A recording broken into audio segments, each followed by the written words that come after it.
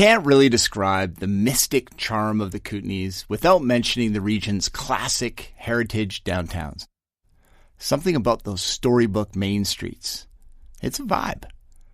From picturesque Mackenzie Avenue in Revelstoke, guarded by Grizzly Plaza, to Ferdy's vibrant 2nd Avenue with its colorful heritage buildings, backdropped by the Lizard Range. They're nothing short of iconic. And of course, everyone knows Nelson's ever-bustling, perfectly charming Baker Street. Other gems like Kaslo, Cranbrook, and Roslyn come to mind, heritage hotspots that are as intrinsic to the Kootenays as our towering mountains and our meandering rivers. The basin's main streets are crowded with centuries-old buildings, creaky floor snowboard shops, ornate lawyer offices, stone turrets, even the occasional gargoyle. You can't help but want to take a leisurely walk, chat with the locals, grab a coffee or patio beer, and run an errand or two, all with a smile. But just so you know, Kootenay downtowns weren't always this picturesque. Preserving the intricate architecture of the past, with all its story and detail, isn't easy. Back in the 50s and 60s, historic architecture wasn't trendy.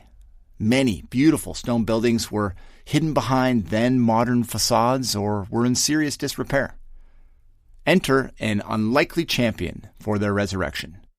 Bob Inwood was an American artist from California who moved to the Slocan Valley in the 70s. And we've heard that story before.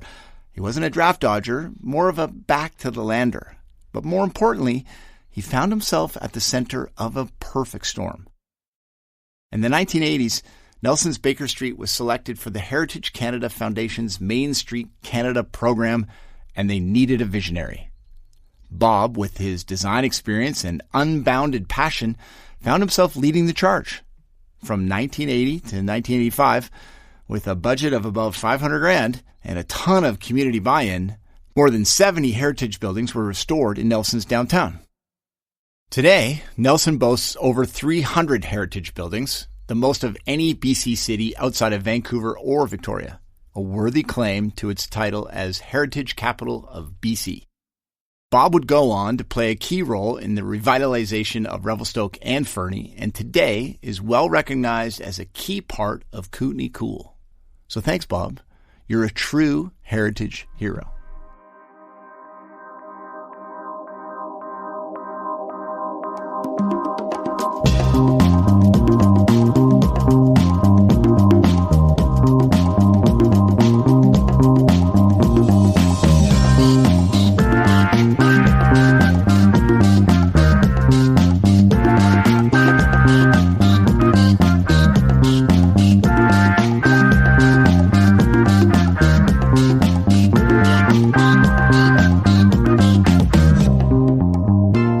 In this episode, we're looking at people who have preserved or restored landmarks in the Columbia Basin. We're celebrating heritage heroes.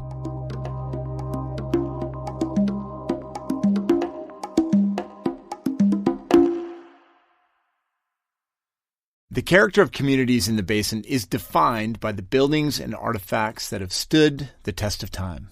Decades, even centuries, on the streets and sometimes deep in the woods. They hold stories of the people who came before us, their challenges, their inspirations, their celebrations, their ingenuity. And it's the buildings that are left standing that teach us about a place. Sometimes we take heritage sites for granted, but often their survival is against all odds.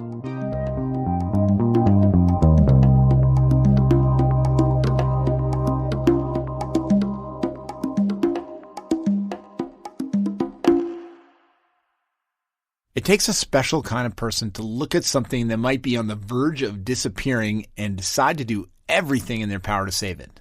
To plunge forth, never mind the naysayers, never mind the cost. We owe a lot to those who have helped preserve the basin's character. History buff Greg Nesteroff has been talking to some of those people, finding out more about their visions and what motivates them. Greg, this is a very interesting topic. Where are we going to start? Well, Mitch, anytime somebody says a building is too far gone or at the end of its life, I like to point to a now beloved building in Kaslo that came back from the brink. And I'd like to introduce you to the guy who led the drive to save it. Well, my name's Michael Guthrie, and I live in Seattle, Washington. I'm a commercial artist by trade most of my life, and I'm an amateur/professional musician. And I went to Canada with my wife in the early 70s, 1971, and we ended up establishing probably what was the first coffee house venue to play music in the Kootenay region. And eventually I came up with an idea to form a group of people, to form a society, to buy this old building, the Langham, from the 1890s, and to restore it and to use it as a center for the arts, or as a cultural center. Michael grew up in Pasadena and went to art school. He became a sign painter. During the Vietnam War, he and his wife Darylyn heard about a school run by the Quakers at Argenta, near the north end of Kootenay Lake. But they never quite got there, stopping when they reached Kaslo. Michael was soon introduced to the Langham, a 3-story building that started life as a rooming house. During the Second World War, interned Japanese Canadians lived there. When Michael first saw it, it was derelict. Oh, it was totally what most people would call a teardown, and like there was a spray painted on the side of the building, burn it down, didn't you hear me? Nobody had been in it for a while. Tommy O'Baba had built some boats in the Langham. So it was just like his workshop, and nobody had been upstairs for years. So it was all dusty, dirty. To most locals, it wasn't worth saving. But Michael saw potential where others just saw an eyesore. The village of Kaslo posted a notice that if the owner didn't fix the building up or sell it to somebody who would fix it, it would be condemned. Michael wrote to the owner, who agreed to sell it for the same price he'd paid for it. Michael then got together with some like-minded people and formed the Langham Cultural Society. They acquired the building and started seeking grants for materials and labor. But many longtime residents just shook their heads. Most people in Kaslo thought I was crazy, that you can't be serious, And there were times when the original board questioned, should we go forward?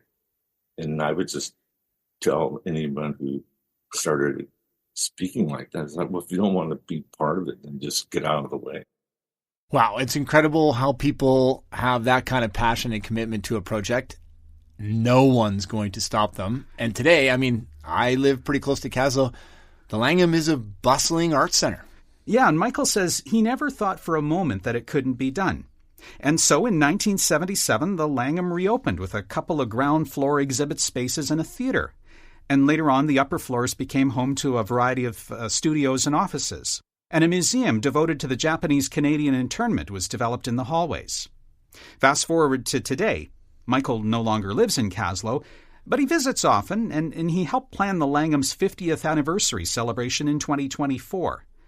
He says it's gratifying to know the building is still around.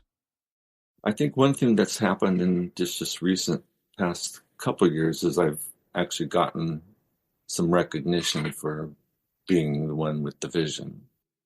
I'm really quite curious, where did that vision come from, that drive? Michael credits his art education. One of the things art teaches you, like when you study drawing and painting, like a good art teacher teaches you to study your subject, like if you're going to draw a tree or paint a tree, you got to go up and feel it, and smell it, and see it, and experience it, or anything for that matter. That's a big part of me being able to see the world around me. You can't keep a good artist down.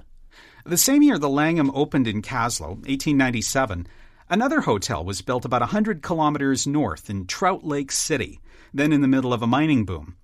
This one was called the Windsor, and it was one of a handful of such establishments, but it was the only one that lasted past the 1920s.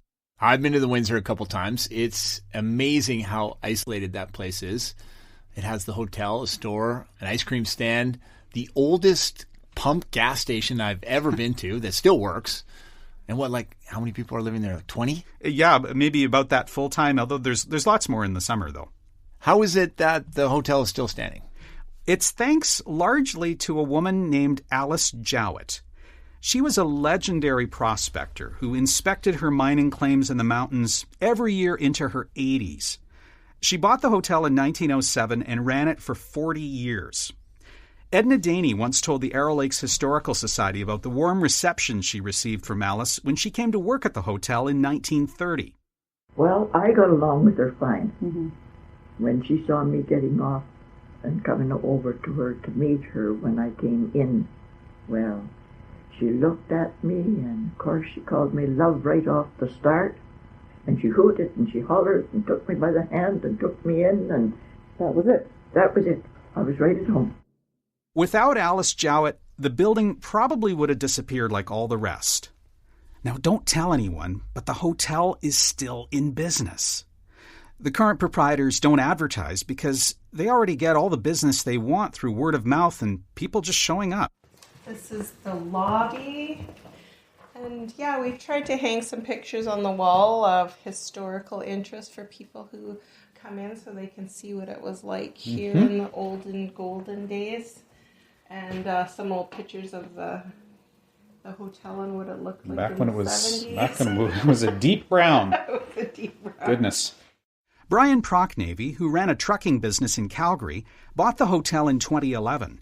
And since 2019, he and wife Lisa have been running it themselves in semi-retirement. And what attracted you to it in the first place? We had a cabin here in 2007, and we really enjoyed the area. It was such a beautiful area, and it's so peaceful and just like a special place. And so that's why I think I bought the hotel, because it is a special place to hang your hat. And so had you, what did you know about it, or had you stayed here before you bought it? No, I actually knew nothing about it, nothing whatsoever. I was not into history at all, and just the surrounding area was the attraction. Previous owners in the 1970s and 90s restored the building, but it's still a big job to keep it going. I mean, there's a few challenges, as you can imagine, with a building of this age, but I always kind of joke, like, Brian's not really a handyman, neither am I, and I wasn't really a cook. Who do we think we are taking on this venture? But, the building itself, we just try to keep the maintenance up, and we just want to keep it standing. Hopefully we're just a link in the chain of the history of this building, and we can pass it on to someone down the road. It's a regular thing, though, isn't it? The painting and the maintenance and the lifting and the leveling the building, and one thing at a time. It's good we're kind of at a stage of our life where we're semi-retirement, and we can... Do we do it for fun? I do it for fun. At the end of the season, Lisa is not here for the fun. No, you know what? It's great. We actually really enjoy all the people we meet. Lots of people come back every year, and we get to know them over the years. Today, the hotel is a destination for backcountry skiers and snowmobilers. And occasionally, Brian and Lisa meet people with family connections to the region. We had a gentleman come out with his father, who was in his 90s, and his dad was in World War I and had kept a journal, and he was the stagecoach driver from Gerard to come up here before he went to Nelson to join the army and go off to war. And I think that's what keeps us going, because there's so much interest in it with people, and we get so much more enjoyment when other people are enjoying it as well. Okay, great story. A cool little hotel, still kicking in the middle of nowhere. Where are we off to next? Well, I went to Cranbrook, and I discovered that not all restoration projects are created equal. Hello, I'm Ferdy Belland. Welcome to the Armand Theatre. Here we have the old projection booth. It used to be a pair of 35mm projectors that were custom built in Germany. And again, you have your projection ports.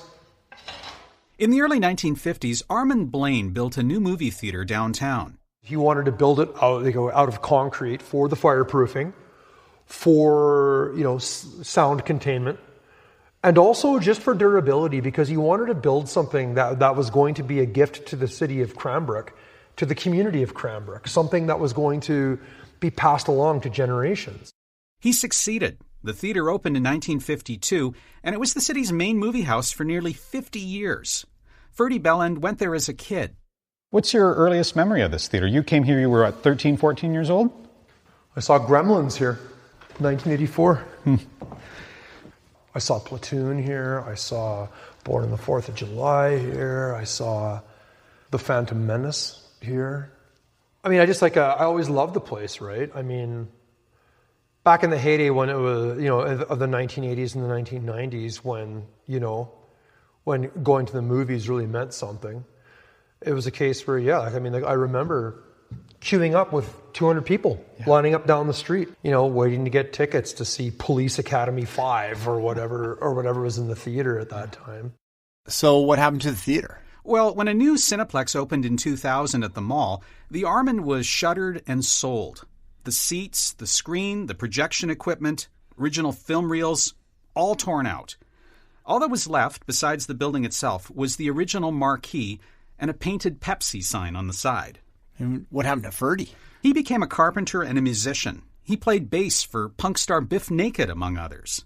In 2012, he and his wife returned to Cranbrook from Vancouver, and he was involved in several attempts to restore the Armand. Because it broke my heart when they shut it down. Or my plan always was, because stupid me likes to grasp onto lofty ideals. I saw the potential of converting this into a multi-purpose performing arts facility for Cranbrook culture and community pride. And I certainly wasn't thinking about this as being any sort of a money-making operation because, as everyone knows, if you're an artist in Canada, you are making tens and tens of dollars. The first two attempts fell through. But in 2019, Ferdy was approached by Spencer Kerr and Casey Wright, who have a roofing business in Cranbrook.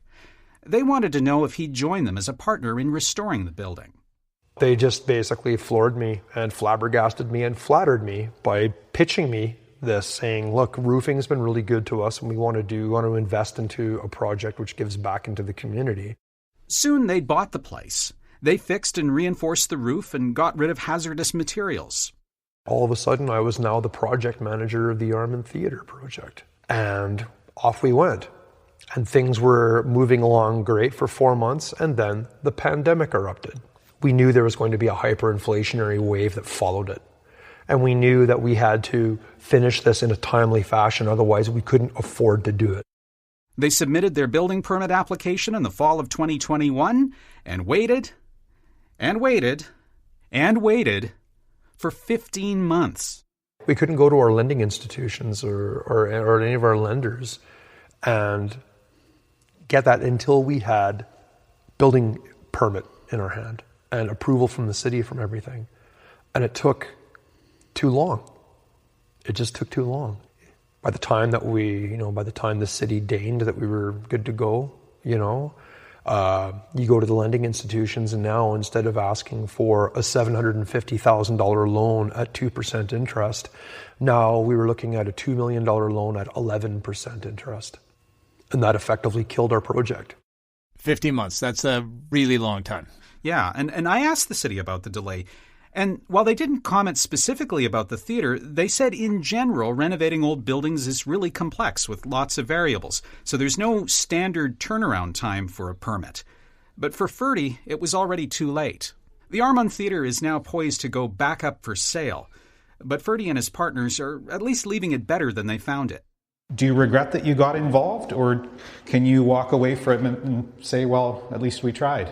I can take some bittersweet comfort in that, for sure. Adventure without risk is nothing.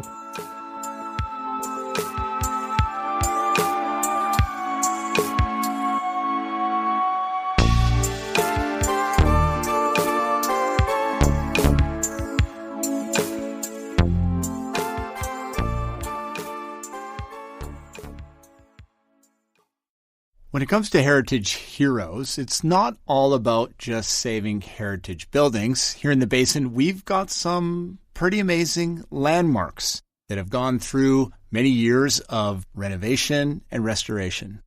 Jump on the cuckoo bus and let's head to Kimberley to find out more about the infamous Platzel.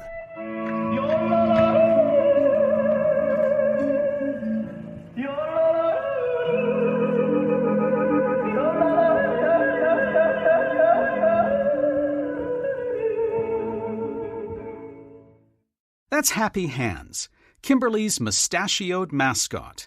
Drop a toonie in a slot and he pops out of a little door at the top of a giant cuckoo clock, yodels a tune, and offers a toast from his beer mug. He's the enduring and endearing symbol of an experiment the city embarked on more than 50 years ago. It's really started around 1968. They knew there'd be money coming for the centennial of BC in 1971, and so they wanted to do like downtown revitalization. So they start to sort of bandy about ideas. Kimberley was a pretty nondescript town before that. Marie Stang is with the Kimberley District Heritage Society. She says a group of business people got together to think of ways to attract tourists. It sort of just was, well, we got to do something. We don't know how much longer the mine's going to go. We don't know. By then, we were not on the main highway anymore. So they thought, well, we got to make it so people go, what's that about? And come here. So they decided to do Bavarian. Bavarian, as in the German state. Kimberley didn't have a strong German heritage, but it didn't matter. In 1973, buildings received makeovers to make them look storybook European. 3 blocks in the downtown core were turned into a pedestrian mall called the Platzl. What was the response, though, once it was created? What did that do for the town, or what was? Oh, it was wildly successful, and I mean, there's not even a word to describe how successful. So the first year, like when we cut the ribbon, open up July Fest.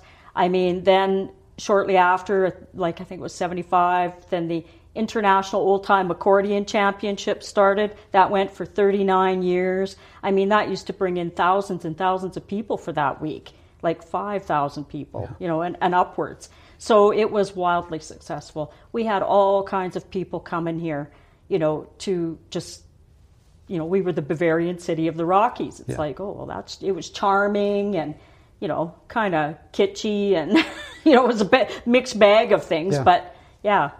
And people adopted it all the way. Like there was a gentleman, his name was Chester Wrighton, and he was a retired Cominco employee.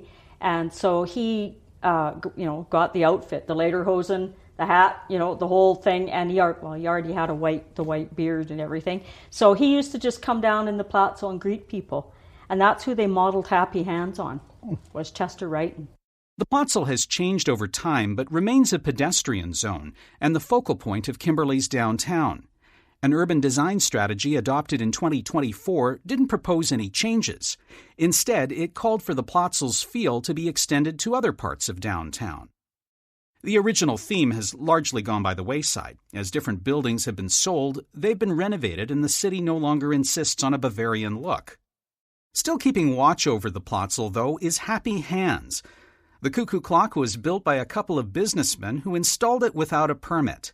It remains a popular fixture, although it needs occasional maintenance.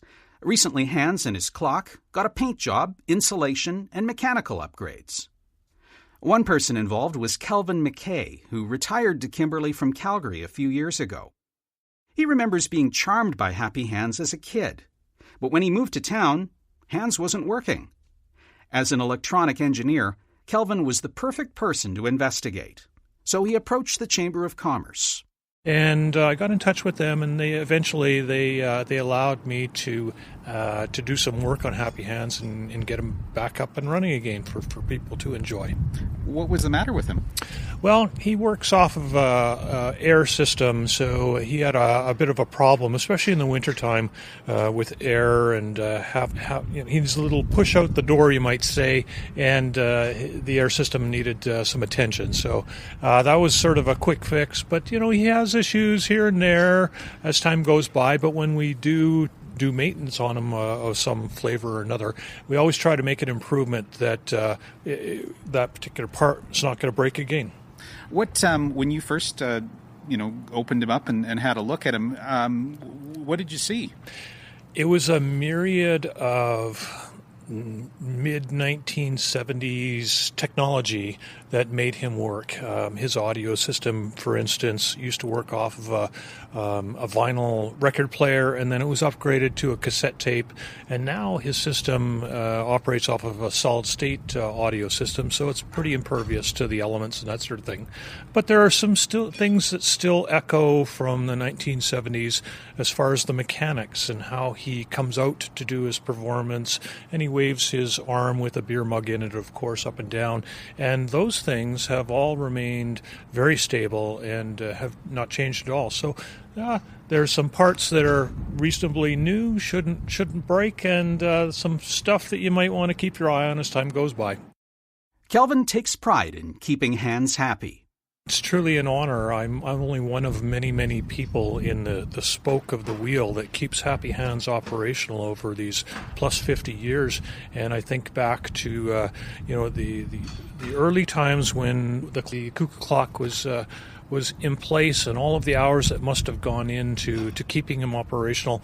And I'm happy just to be able to be a very, very small part of that.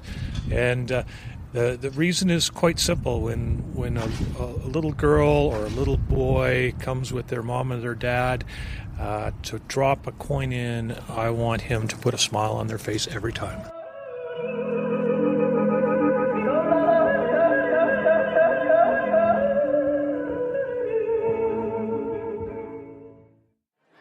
And now it's time for... It's a Tiny Town.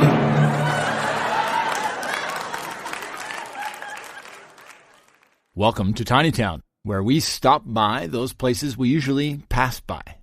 30 kilometers south of Cranbrook on Highway 3, you'll find Moye, a town that started in the 1890s after a Tunaha man discovered a galena deposit that became the St. Eugene Mine.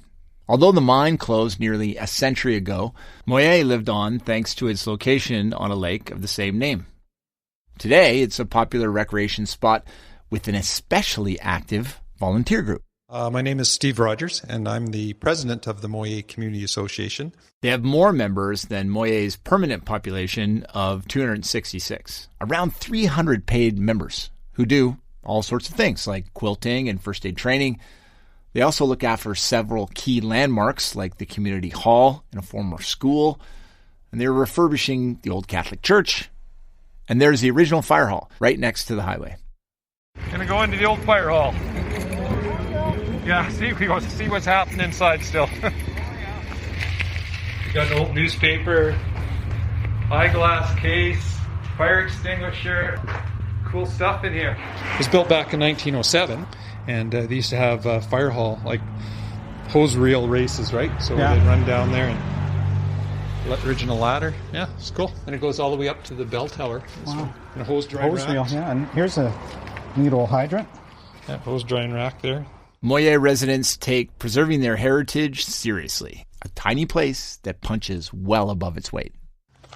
One thing about the Moye community, they're very, very passionate about the history, and they don't want to lose anything, which is exciting to have that, where people aren't coming in to try to tear down things.